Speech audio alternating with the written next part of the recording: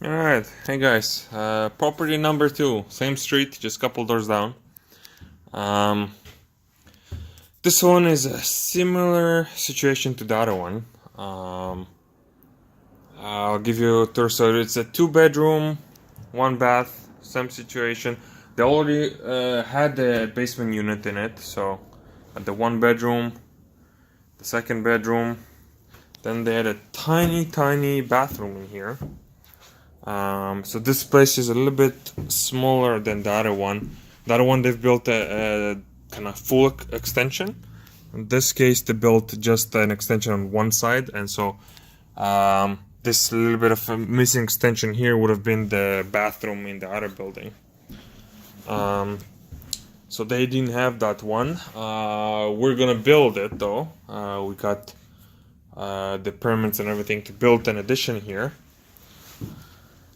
So we're gonna build the extra bedroom, and we're gonna go actually a little bit further. So that's the existing addition. That's about 7.5 feet. We're gonna build a 12 feet. This is gonna be a 14 wide by 12 feet out. We're gonna set it up as the master bedroom. Big nice bedroom for the master. Otherwise, it's pretty similar layout. It seems like the kitchen here is a bit wider, or maybe just because of the stairs here and whatnot, but similar situation. There were even, so same issue with the floors. It was built at the same time. The only difference here is that you guys can see the line here. That's where the load carrying beam is underneath. Similar in the other house, they had the beam carrying the load. There used to be a wall here, right? Load bearing wall as well, carrying the load of the roof. And the other one, they at least put a beam, even though it wasn't the right size, but they had at least some support. In this building, they literally just took out the wall, and that's it. So there's close to nothing holding this roof. And you can see that it actually, yeah, it is cracking and whatnot. But so yeah, we're gonna be putting a new LVL in there supporting it, and then because we're again, for the addition, same story. They don't have anything carrying the load, and so we're gonna be putting the new beams in, and then we're gonna build the addition. So we are gonna have to carry it, the load even further. And so yeah, this is gonna become 3 bedroom as well. So you got the 2 existing bedrooms, the addition, which is gonna be the bedroom, and we're gonna expand the bathroom and shift it a little bit. So that there is a full-size bathroom in here. Downstairs, it's a similar situation. The configuration is a little bit different, since they have a little bit more height in here. So even under the beam, we're able to actually cross right under it pretty easily. There's no really height issues crossing right under it. There's a little bit more height in here in general. Probably it's about 6 inches, but it still gives you a very different feel. They have a bunch of windows that are just almost egress, which we'll have to buy new windows that are casement windows. You know, that again, we have a similar situation where width-wise it's actually only about 30 inches here. And so you need to buy another 24 or so inches, or even a little bit more than that, about 28 for a casement window. And this one is just under. So this is I think a 15 by 30, which is not enough. You need it to be a little bit taller than that. And then again, that's the issue with smaller windows. When you have sliders, that's not gonna work for egress. And so yeah, that's where the addition is gonna go. We're gonna blow out this whole foundation wall, re-support the whole thing with multiple columns throughout, and build the addition.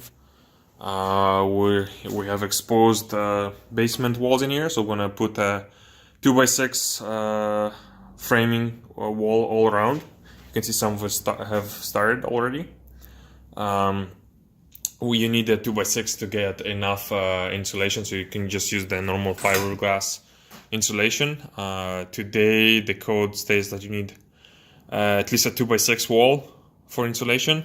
So for example, upstairs we'll have to replace the insulation in this property. They're using extremely old insulation that is not providing much value anymore. It looks like twigs or some other stuff in it. Yeah,